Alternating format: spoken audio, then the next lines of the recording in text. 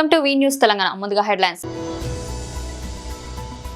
Singareni కుంభకోణంపై governor కలిసిన తర్వాత మీడియాతో మాట్లాడుతున్న బీఆర్ఎస్ నాయకులు.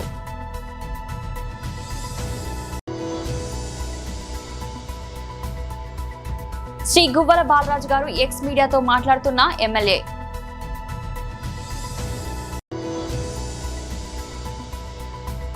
బ్రిటిష్ వాళ్ళు దేశాన్ని దోచుకుంటే జగన్ రెడ్డి రీసర్వేతో రాష్ట్రాన్ని దోచుకున్నాడు సోమిరెడ్డి.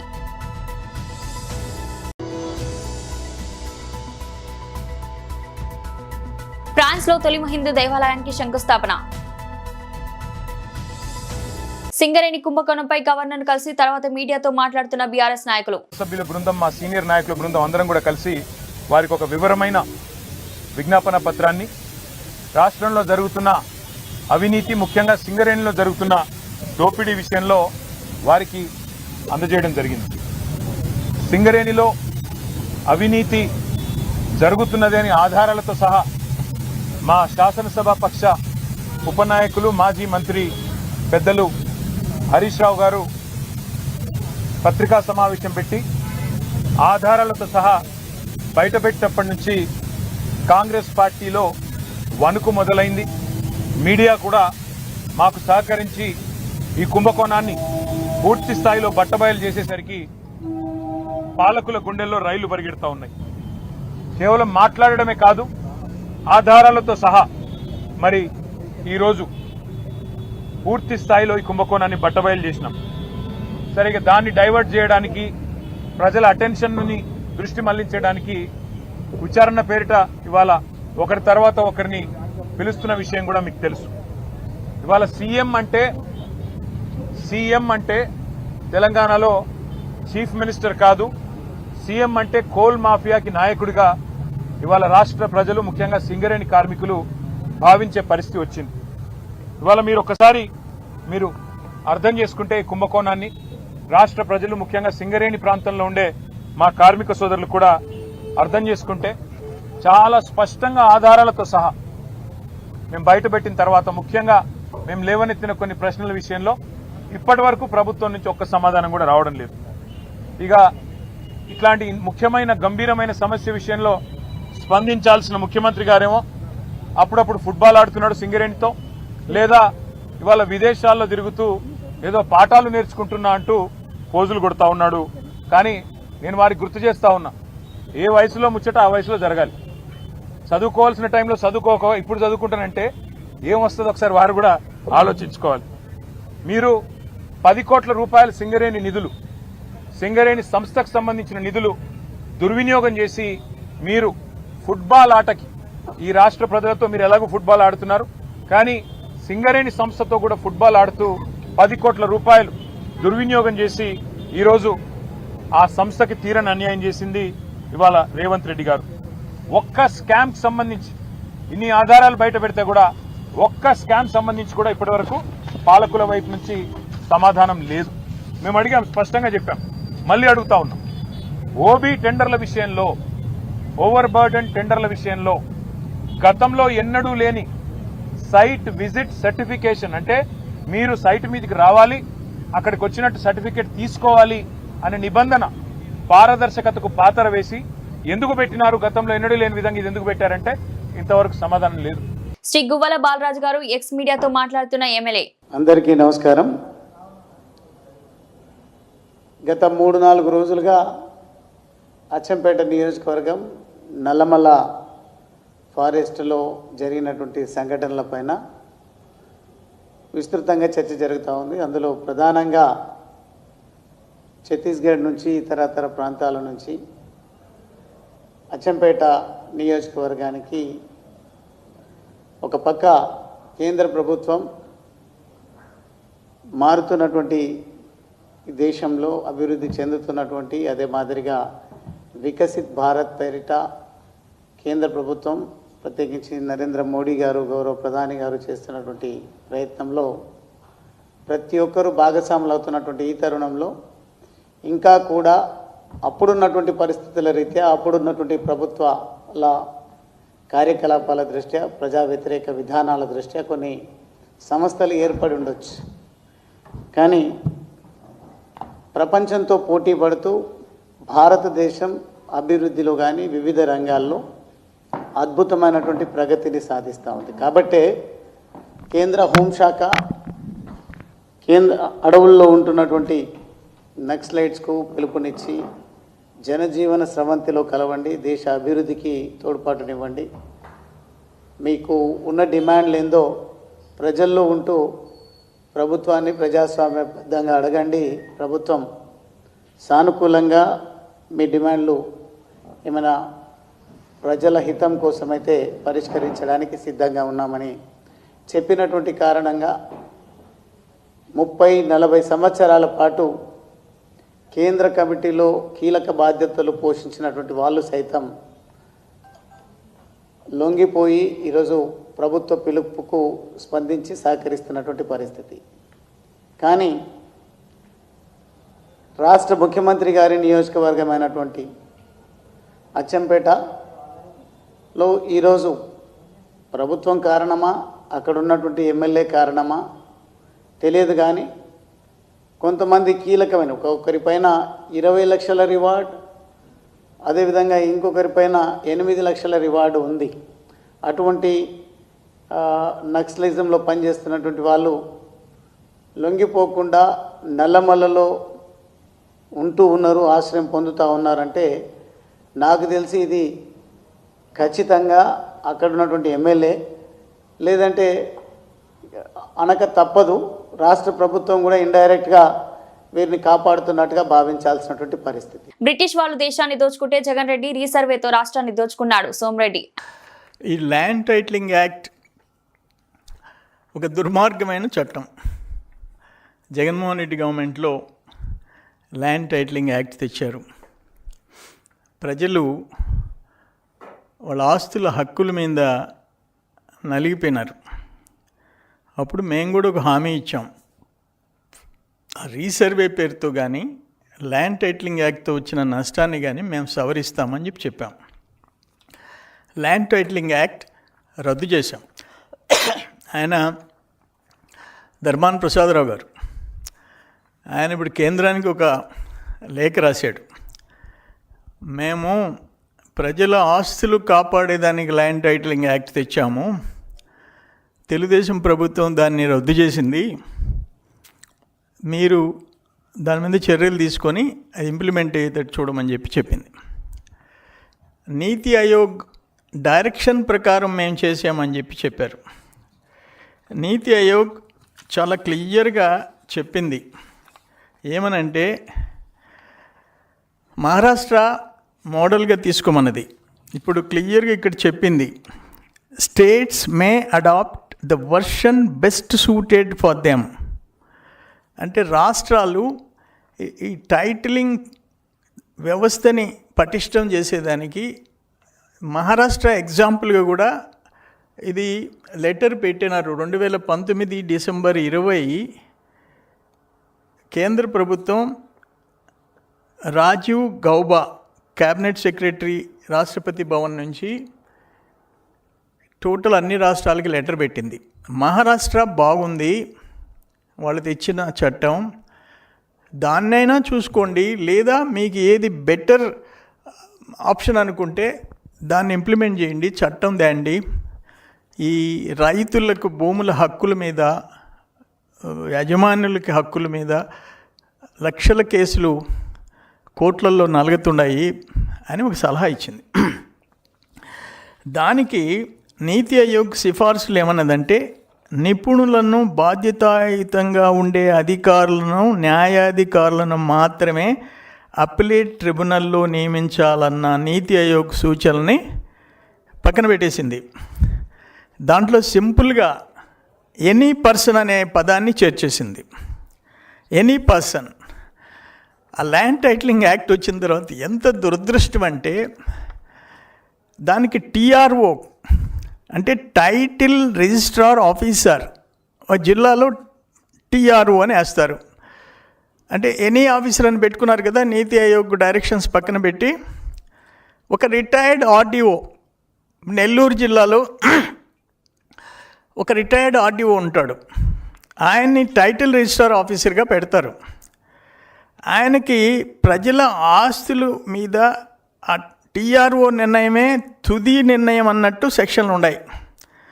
రిజిస్ట్రేషన్ల ద్వారా చెల్లుబాటు అయ్యే పత్రాలకు విలువ లేకుండా చేసేశారు. భారత్ ఫ్రాన్స్ మధ్య సాంస్కృతిక ఆధ్యాత్మిక సంబంధాలు మరింత బలోపేతమయ్యేలా మరో అడుగు పడింది. ప్యారిస్ సమీపంలో బస్సి సెయింట్ జార్జిప్లో నిర్మాణం అవుతున్న మొదటి హిందూ దేవాలయానికి శంకుస్థాపన చేశారు. ఆలయ నిర్మాణానికి సంబంధించిన తొలి రాళ్లు వచ్చాయి. ఈ రాళ్లకు అక్కడున్న ఇండియన్ కమ్యూనిటీ ఘనస్వాగతం పలికింది. శతాబ్దాల నాటి హస్తకళా పారసత్వాన్ని, నైపుణ్యాన్ని ఉపయోగించి ఆలయాన్ని నిర్మించనున్నారు. ఆలయ నిర్మాణం కోసం భారతీయ కళాకారులు స్థానిక ఫ్రెంచ్ రాతి పని వారితో కలిసి పనిచేస్తున్నారు. వీరిలో నోట్రా డామ్ కేథ్రల్ పునరుద్ధరణలో పాల్గొన్న నిపుణుల బృందం కూడా ఉంది. భారతీయ వాస్తుశిల్ప సంప్రదాయాలను ఫ్రెంచ్ ఇంజనీరింగ్ నైపుణ్యంతో ఏకం చేసి ఈ ఆలయాన్ని నిర్మిస్తున్నట్లు ఆలయ అధికారులు తెలిపారు. ఈ సందర్భంగా ఆలయ అధికారులు మాట్లాడుతూ భారతదేశం నుంచి మొదటి రాళ్ల రాక ఒక చారిత్రాత్మక మైలురాయి. ప్రతి రాయి వారసత్వం, శ్రద్ధ, ఉద్దేశాన్ని కలిగి ఉంటుంది. ఇది భాగస్వామ్యం, గౌరవం, సహకారం ద్వారా భారతీయ సాంప్రదాయం, ఫ్రెంచ్ ఇంజనీరింగ్ యొక్క ఐక్యతను సూచిస్తుందని తెలిపారు. రామచంద్రపురం డివిజన్ పరిధిలోని రాయసముద్రం చెరువును పరిశీలించిన హైడ్రా కమిషనర్ రంగనాథ్, చెరువు సుందరీకరణకు అడ్డుకుంటున్న GHEL యాజమాన్యం ఇప్పటికే 3 సార్లు సుందరీకరణ పనులకు శంకుస్థాపన చేసినా ముందుకు సాగని పనులు. చెరువు కబ్జాకు గురవుతుందన్న BHEL యాజమాన్యం సుందరీకరణ పనులు ఆపొద్దంటూ BHEL వారికి సూచించిన హైడ్రా కమిషనర్ రంగనాథ్, అడ్డుకుంటే ఎంతటి వారినైనా సరే హైడ్రా కేసులు పెడతాం. చెరువు ప్రజలకు సంబంధించింది, BHEL ఒక్కరికి చెందింది కాదు. ఇతర కాలనీ అసోసియేషన్ ప్రెసిడెంట్ గా నూతనంగా ఎలక్ట్ అయిన వారు అందరూ కూడా, స్థానికులందరూ కూడా ఇక్కడ వచ్చి ఈ రాయసముద్రం చెరువును విజిట్ చేశాము. విజిట్ చేసినప్పుడు ఇది పెద్ద చెరువు, 120 ఎకరాల చెరువు. ఇది యాక్చువల్గా వచ్చేసి ఇది మంచి చూస్తే కనుక చాలా పక్షులు కూడా, అంటే వలస పక్షులు చాలా కూడా ఇక్కడ, మైగ్రేటరీ బర్డ్స్ అంతా కూడా ఇక్కడ కనబడుతున్నాయి. చాలా అద్భుతమైన లేక్ ఇది. సో స్థానికంగా ఇక్కడ వీళ్ళ పబ్లిక్ నుంచి మాకు ఇది హైడ్రా అధికారులు ఇక్కడ కొన్ని చిన్న చిన్న టెక్నికల్ ఇష్యూస్ వచ్చినాయి. అంటే BHEL వాళ్ళు వచ్చేసి ఇది మా ల్యాండ్ అని చెప్పేసి వాళ్ళు క్లెయిమ్ చేయటము, ఇక్కడ ఏదైతే చెరువుకి కొన్ని మరమ్మత్తు పనులు, లేకపోతే డీసిల్టింగో, లేకపోతే బండు ఫార్మేషన్, బ్యూటిఫికేషన్ పనులకి BHEL కొంతమంది అధికారులు వాళ్ళు ఇది మా ల్యాండ్ అని చెప్పి వాళ్ళు అడ్డు చెప్తున్నారని చెప్పేసి అనేటటువంటి ఒక మాకు ఇచ్చినటువంటి ఒక కంప్లైంట్ మీద మేము ఇక్కడ వచ్చి BHEL అధికారులు కూడా ఉన్నారు. వీళ్ళందరితో కూడా డిస్కస్ చేసినప్పుడు ఇది చెరువు, ఇది క్లియర్గా ఇది కమ్యూనిటీ అసెట్, ఇది వాటర్ బాడీ ఇది. సో ఇది గతంలో ఈ ల్యాండ్ ఇక్కడ BHELకి కూడా ఇచ్చి ఉండొచ్చు, దాంట్లోకి మేము వెళ్ళట్లేదు. బట్ ఇది డెఫినెట్గా కమ్యూనిటీ అసెట్ కాబట్టి ఇది అందరికి సంబంధించిన ఆస్తి ఉంటుంది. సో దీంట్లో మనం బ్యూటిఫికేషన్ కానీ, లేకపోతే డీసిల్టింగ్ కానీ, రెజ్యూరేషన్ అంటే లేక్ మరమ్మతులు, లేకపోతే వాటర్ చేయాలన్నా కానీ కూడా దానికి BHELకి సంబంధం ఉండదు.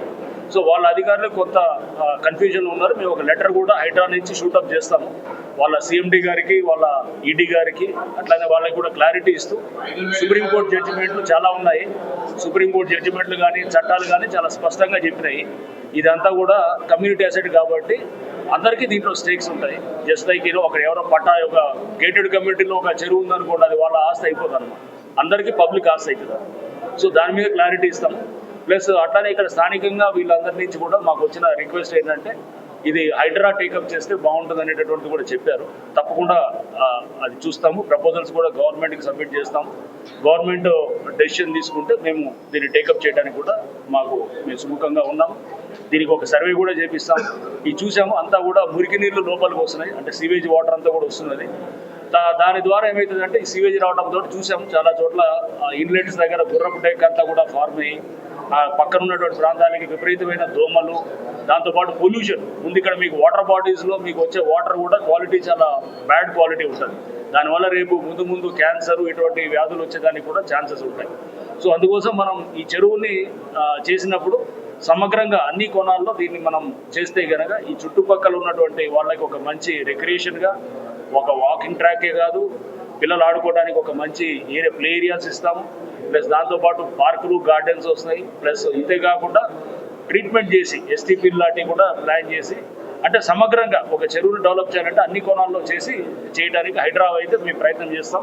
భారతీయ మజూర్ సంఘ్ అఖిల భారత మహాసభలు ఫిబ్రవరి 6, 7, 8 తేదీల్లో ఒడిశా రాష్ట్రం పూరీ నగరంలో ఘనంగా నిర్వహించినట్లు BMS అఖిల భారత ఉపాధ్యక్షుడు S. మల్లేశం తెలిపారు. హైదరాబాద్ RTC క్రాస్ రోడ్లోని BMS రాష్ట్ర కార్యాలయంలో ఏర్పాటు చేసిన విలేకరుల సమావేశంలో ఆయన మాట్లాడారు. ఈ సమావేశంలో BMS ప్రధాన కార్యదర్శి రామరెడ్డి, జీహెచ్ఎంసీ బిఎంఎస్ ప్రధాన కార్యదర్శి టి కృష్ణ తదితరులు పాల్గొన్నారు. దేశవ్యాప్తంగా సుమారు 2500 మంది ప్రతినిధులు ఈ అఖిల భారత మహాసభలకు హాజరు కానున్నట్లు తెలిపారు. మహాసభలను కేంద్ర మంత్రి మన్సుల్ మాండవీయ ముఖ్య అతిథిగా పాల్గొని ప్రారంభించనున్నారని వివరించారు. అలాగే బ్రిక్స్ దేశాల నుంచి వచ్చే ప్రతినిధులు సదస్సును ఒడిశా ముఖ్యమంత్రి ప్రారంభించనున్నారని వెల్లడించారు. ఈ మహాసభలో దేశవ్యాప్తంగా కార్మికులు, ఉద్యోగులు ఎదుర్కొంటున్న సమస్యల పరిష్కారంపై ప్రధానంగా చర్చలు జరగనున్నట్లు తెలిపారు. అదేవిధంగా ఇంకోరు శ్రీ టి కృష్ణ గారు GHMC Bhagyanagar municipal employees union ప్రధాన కార్యదర్శి, భారతీయ మత సంఘ అనుబంధమైనటువంటి యూనియన్. భారతీయ మత సంఘ యొక్క నూతన కార్యాలయంలో మొదటిసారి యొక్క మీ సమావేశాన్ని ఏర్పాటు చేయడం జరిగింది. చాలా సంతోషం. ఫస్ట్ మీ అందరికీ కూడా స్వాగతం. అండర్ కన్స్ట్రక్షన్ పూర్తి కంప్లీట్ కాలేదు. మిత్రులారా, కార్మికులు ప్రభుత్వ రంగంలో పబ్లిక్ సెక్టర్ అండర్టేకింగ్స్లో, అదేవిధంగా గవర్నమెంట్ యొక్క ఇన్స్టిట్యూషన్స్లో కాంట్రాక్ట్ పద్ధతి, అవుట్ సోర్సింగ్, ఫిక్స్డ్ టర్మ్ రకరకాల పద్ధతిలో పనిచేస్తూ ఉన్నారు. శాశ్వతమైనటువంటి ఉద్యోగాలు ఏవైతున్నాయి, పర్మనెంట్ ఉద్యోగాలు ఏవైతున్నాయి, ప్రభుత్వం జనరల్ రిక్రూట్మెంట్ ఆపేసి దాదాపుగా 20 సంవత్సరాల పైన జరుగుతాం. కొన్ని అడపాదడప కొన్ని ఉద్యోగాలు తప్ప పెద్ద సంఖ్యలో రిక్రూట్మెంట్ జరగకపోవడం మూలంగా అనేక మంది యువత అనేక రకాలైనటువంటి చదువుకున్న తర్వాత ఉద్యోగ అవకాశాలు లేకపోవడం దేశవ్యాప్తంగా చాలా ఇబ్బందులకు గురవుతున్నారు. కాబట్టి ఈ విషయాన్ని ప్రధానంగా చర్చించి రాబోయే కాలంలో దీనిపైన కార్యాచరణ నిర్ణయించాలని పార్లమెంట్ నిర్ణయించింది. కాంట్రాక్ట్ పద్ధతిలో పనిచేసిన కార్మిక వర్గాన్ని పర్మనెంట్ చేయాలి, అవుట్సోర్సింగ్ ఉద్యోగుల్ని పర్మనెంట్ చేయాలి అనేటువంటిది భారతీయ మత సంఘం యొక్క ఒక నిర్ణయం. రెండవ నిర్ణయం ఏంటంటే స్కీమ్ వర్కర్స్, ఈ ASHA, anganwadi, mid day meals 17 రకాల స్కీమ్స్లో కేంద్ర ప్రభుత్వం పనిచేస్తూ ఉన్నది. మరి వీరికి పని గంటలు కూడా లేవు, జీతం గ్యారెంటీ 8 గంటలకు సరిపోను ఒక మినిమం వేజ్ అనేటువంటిది లేదు, ఈఎస్ఐ సౌకర్యం లేదు, ప్రావిడెంట్ ఫండ్ సౌకర్యం లేదు, పెన్షన్ సౌకర్యం లేదు, జీతం యొక్క సవరణ ఉండదు. కాబట్టి ఇన్ని సంవత్సరాలుగా పనిచేసినటువంటి స్కీమ్ వర్కర్స్ అందరినీ కూడా ప్రభుత్వ ఉద్యోగులుగా గుర్తించాలి. వీళ్ళకి జీతం మినిమం వేజెస్ పరిధిలో తీసుకొచ్చేసి కనీస వేతనం ఇవ్వాలి. ఆనరోరియం స్థానంలో రిటైర్మెంట్ తర్వాత పెన్షన్ సౌకర్యం కల్పించాలి. అనారోగ్యం గురవుతున్న వర్కర్లకు దృష్టిలో పెట్టుకొని ఈఎస్ఐ, ప్రావిడెంట్ ఫండ్ సౌకర్యాలు కల్పించాలి. గ్రాట్యుటీ బెనిఫిట్ ఇవ్వాలి. ఈ విషయాలపైన ఒక పెద్ద చర్చ అనేటువంటిది జరుగుతూ ఉంది. పెద్దపల్లి జిల్లా గోదార్కనిలో బ్యాంక్ ఉద్యోగుల ఆందోళన చేపట్టారు. దేశవ్యాప్త ప్రభుత్వ రంగ బ్యాంకుల బంద్ నేపథ్యంలో స్థానిక మార్కండేయ కాలనీ, యూనియన్ బ్యాంక్ నుండి గాంధీ చౌరస్తా వరకు పెద్ద ఎత్తున ర్యాలీ నిర్వహించారు. వారానికి 5 రోజుల పనిదినాన్ని వెంటనే అమలు చేయాలని డిమాండ్ చేస్తూ ప్లాకార్డులతో నిరసన తెలిపారు. బ్యాంక్ యూనియన్ల ఐక్యవేదిక పిలుపు మేరకు సమ్మెలో పాల్గొన్నట్లు ఉద్యోగులు తెలిపారు. ఈ సందర్భంగా ఎస్బీఐ మేనేజర్ సతీష్ తో పాటు యూఎఫ్బియు జిల్లా జనరల్ సెక్రటరీ ఉదయ్ మాట్లాడుతూ పని భారం పెరగడంతో మానసిక ఒత్తిడికి గురవుతున్నామని, పని ఒత్తిడితో ఇప్పటికే 500 మంది ఉద్యోగులు మరణించినట్లు పేర్కొన్నారు. ఇప్పటికైనా కేంద్ర ప్రభుత్వం స్పందించి 5 రోజుల పనిదినాలు కల్పించాలని కోరారు. ఇతర అన్ని బ్యాంక్ నాయకుల ఉద్యోగులు, కేడీసీసీ దిలీప్ సాగర్ రెడ్డి, శ్రీనివాస్ అధిక సంఖ్యలో బ్యాంకర్స్ పాల్గొన్నారు. అయినా కూడా మాకు 5 డే బ్యాంకింగ్ ఎందుకు ఇవ్వరు? ఇది కొత్తగా మేము చేసిన డిమాండ్ కాదు. మాకు ఆల్రెడీ వేజ్ రివిజన్లో మాకు ఫార్మల్గా అసైన్ చేసి సైన్ చేశారు. కానీ ఎందుకు ఈ 5 డే బ్యాంకింగ్ ఎందుకు డిలే చేస్తున్నారో మాకు అర్థం కావట్లేదు. ఇది ఈ ప్రభుత్వ ధోరణి మార్చుకుని మాకు వెంటనే 5 డే బ్యాంకింగ్ డిమాండ్ చేయాలి. సుమారు స్టాటిస్టికల్ ప్రకారంగా సుమారు ఒక 500 మంది బ్యాంక్ ఎంప్లాయీలు ఈరోజు సూసైడ్ చేసుకోవడం జరిగింది ఇప్పటివరకు. ఎందుకంటే వర్క్ బ్యాలెన్స్ లేక. మాకు 5 డే బ్యాంకింగ్ ఇస్తే మాకు వర్క్ బ్యాలెన్స్ ఉంటుంది. మాకు వర్క్ టార్చర్, వర్క్ హెరాస్మెంట్ జరుగుతుంది. మాకు వెంటనే 5 డే బ్యాంకింగ్ ఇస్తే మేము రిఫ్రెష్మెంట్ పై ఉన్నతమైన సేవలు అందించడానికి మేము రెడీగా ఉన్నాం. దయచేసి మాకు మీ ప్రభుత్వాన్ని కోరేది ఒకటి, సెంట్రల్ గవర్నమెంట్ ప్రభుత్వాన్ని. ఈరోజు అన్ని సంస్థలకి ఈరోజు దురదృష్టకరమైన ఏంటంటే మాకు ఏవైతే సూచనలు ఇచ్చే యూఏపీయు, డిఎఫ్ఎస్సి అయినా ఆర్బీఐ అయినా ఈరోజు వాళ్ళకి మాత్రం 5 రోజులు దినాలు ఉన్నాయి. కానీ కస్టమర్ ఇంటరాక్షన్ తోటి మేము రోజు 400 మందితో కస్టమర్ ఇంటరాక్షన్ అయితే జరుగుతుంది. మాకు మాత్రం 5 డే బ్యాంకింగ్ ఇవ్వట్లేదు. అందుకోసమే ఈ రోజు మేము 27 తారీఖు యూఏబీ ఫోరం ప్రకారంగా యూఏబీ ఫోరం నుంచి మేము ఇచ్చేది ఒకటి ఏంటంటే ఈరోజు స్ట్రైక్ ఇచ్చాం. మాకు ఖచ్చితంగా ఈరోజు 5 డే బ్యాంకింగ్ ఇవ్వాలని కోరుకుంటాం. చెప్పండి. ఈరోజు దేశవ్యాప్తంగా United forum of bank unions strike call ఇచ్చింది. దానిలో భాగంగా ఈరోజు మేము గోదావరి కానీ బ్యాంకు ఉద్యోగులందరం కలిసి మేము నిరసన వ్యక్తం చేస్తున్నాము. ఆల్రెడీ బ్యాంకును ఇండియన్ బ్యాంక్ అసోసియేషన్కు ఆల్రెడీ మాకు ఫ్రైడే బ్యాంకింగ్ ఆల్రెడీ అనౌన్స్ చేస్తామని చెప్పారు. కానీ దాంట్లో భాగంగా చాలా డిలే జరుగుతుంది. సో దానికి భాగంగా 27వ తారీఖు మనకు UAP union forum of bank unions వాళ్ళు స్ట్రైక్ కాల్ ఇచ్చారు. దానిలో భాగంగా మీరు అందరం స్ట్రైక్ చేస్తున్నాము. ఫ్రైడే బ్యాంకింగ్ మా demand. Friday banking already approve అయింది. ఆల్రెడీ ఐబీఐ అనేది అంగీకరించింది. కానీ దాన్ని డిలే చేయడం కారణంగా మేము ఈరోజు స్ట్రైక్ కాల్ ఇచ్చాము యూఏపీ నుంచి. మొత్తం గోదావరిలో ఉన్న అన్ని దేశవ్యాప్తంగా స్ట్రైక్ కాల్ ఇచ్చాము. బులెటిన్ ముగించే ముందు హెడ్లైన్స్ మరోసారి. సింగరేణి కుంభకోణంపై గవర్నర్ కలిసిన తర్వాత మీడియాతో మాట్లాడుతున్న బీఆర్ఎస్ నాయకులు.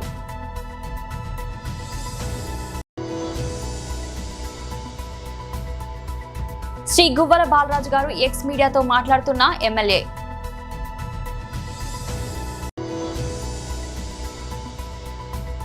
బ్రిటిష్ వాళ్ళు దేశాన్ని దోచుకుంటే జగన్ రెడ్డి రీసర్వేతో రాష్ట్రాన్ని దోచుకున్నాడు సోమిరెడ్డి.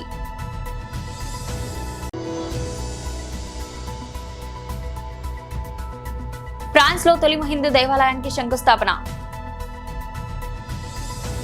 ఇది ఈరోజు బులెటిన్. మరో బులెటిన్ లో మళ్ళీ కలుద్దాం. అంతవరకు సెలవు.